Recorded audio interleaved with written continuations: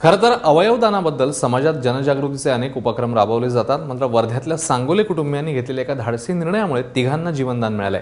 सांगोला कुटुंबियांनी नेमका काय आदर्श घेतलेला आहे बघूया.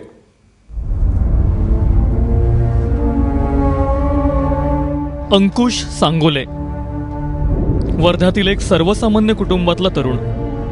कामाच्या शोधात चंद्रपूरला जात असताना अंकुशचा दुर्दैवी अपघात झाला. अंकुशला वाचवण्यासाठी प्रयत्नांची शर्थ करण्यात आली. आठवडाभराच्या उपचारानंतर अखेर अंकुशची प्राणज्योत मालवली. पण अशाही परिस्थितीत अंकुशच्या कुटुंबियांनी घेतलेल्या अवयवदानाच्या धाडसी निर्णयामुळे अनेकांना जीवनदान मिळणार आहे. शरीर जळून जाईल आणि जो काही जगेल त्याच्या अवयवाने तो अमर राहील, माझा मुलगा, असं मला वाटलं.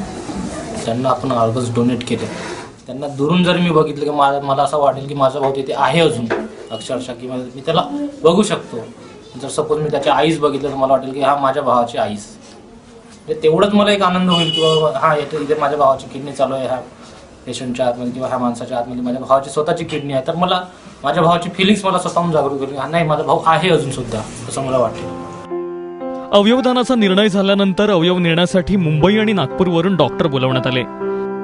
34 जणांच्या टीमने रात्री 1:30च्या सुमारास सुरू केलेलं काम पहाटेपर्यंत चाललं.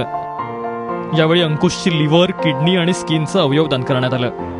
ग्रॉसली आपण 5 तास पकडूया की 5 तासांमध्ये तो अवयव आपल्याला मुंबईपर्यंत ट्रान्सपोर्ट करता जर सपोज आला तर ही एक टाईमलाईन, एक बऱ्यापैकी टाईमलाईन मानल्या जाते. म्हणजे ते जे नवीन बॉडीमध्ये लिव्हर कार्य करणार आहे तर त्याचं कार्य व्यवस्थित होऊ शकते. मल्टिपल ऑर्गन्स डोनेट केल्यामुळं 3 ते 4 रुग्णांना याचा फायदा आला.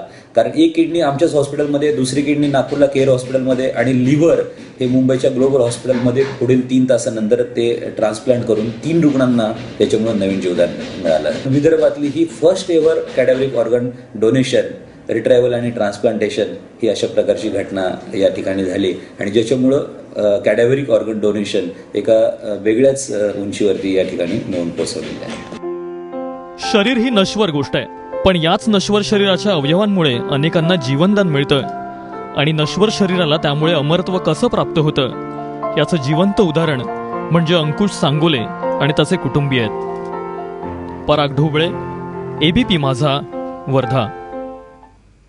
त्यामुळे अवयवदानाच्या दृष्टीने ही अतिशय महत्त्वाची बाब होती आणि ज्या प्रकारे त्याने अवयवदान दिलं आणि इतरांना जीवनदान दिलेलं आहे, ते अवयवदानाचा स्तुत्य उपक्रम सगळ्यांनीच करायला हवा.